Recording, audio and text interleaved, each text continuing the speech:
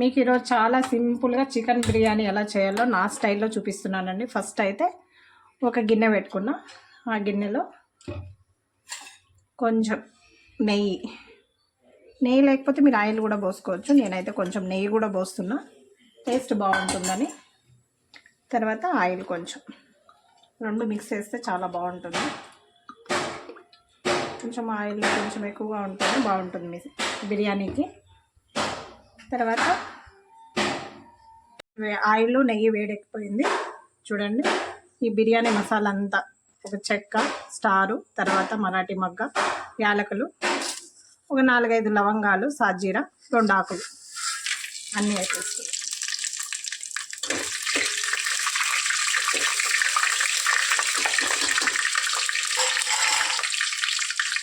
అవంతా వేగిన తర్వాత ఓ 2 చిన్న ఉల్లిపాయలు తీసుకున్నా, ఒక పెద్ద టమోటా తీసుకున్నా, 4-5 పచ్చిమిర్చి తీసుకున్నా, కొంచెం కొత్తిమీర. మేము పుదీనా కూడా ఉంటే వేసుకోవచ్చు, నా దగ్గర లేదని పుదీనా వేస్తాను నేను. ఇవన్నీ వేసుకొని అన్నీ ఒకేసారి వేసేసుకోవచ్చు. బాగా వేసుకోవాలి.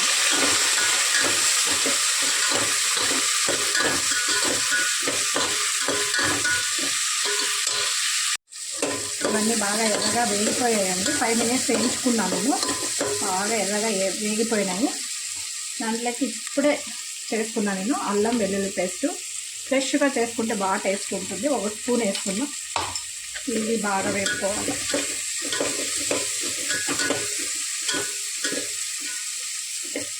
నేను 1 కిలో చికెన్ అయితే తీసుకొచ్చుకున్నానండి. ఫ్రెష్గా కడిగేసుకొని పెట్టుకున్నా. ఈ చికెన్ దీంట్లో వేసేసుకోవాలి. వేసేసుకొని మంచిగా కలుపుకోవాలి. 5 మినిట్స్ చికెన్ వేసేసాం కదండి, 5 మినిట్స్ వేసుకోవాలి.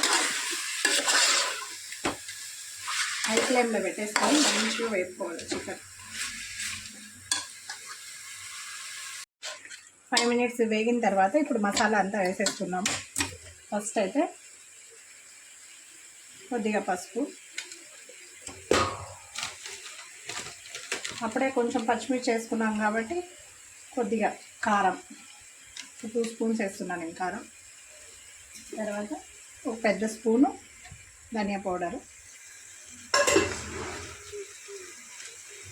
మళ్ళీ బిర్యానీ మసాలా 1/2 స్పూను,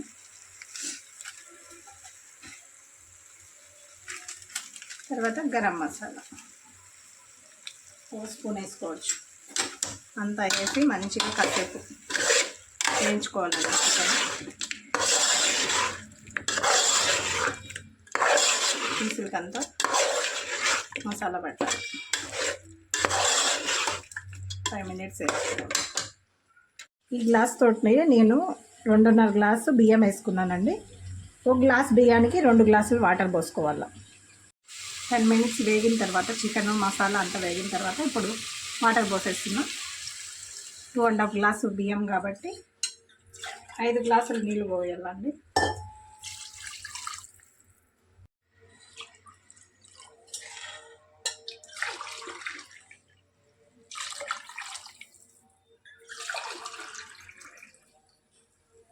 ఐదు గ్లాసులు పోసా.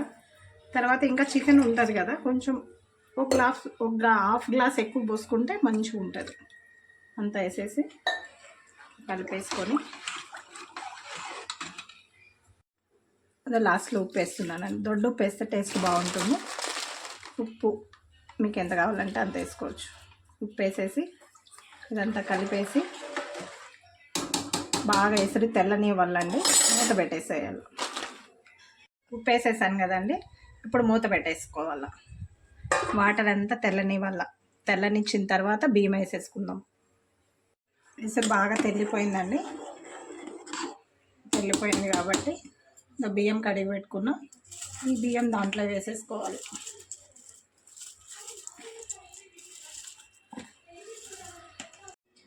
బియ్యం వేసేసాం కదా, ఇంత బాగా కింద నుంచి పై వరకు బాగా కలుపుకొని బియ్యం ఉడికేదాకా ప్లేట్ పెట్టేసుకోవాలి.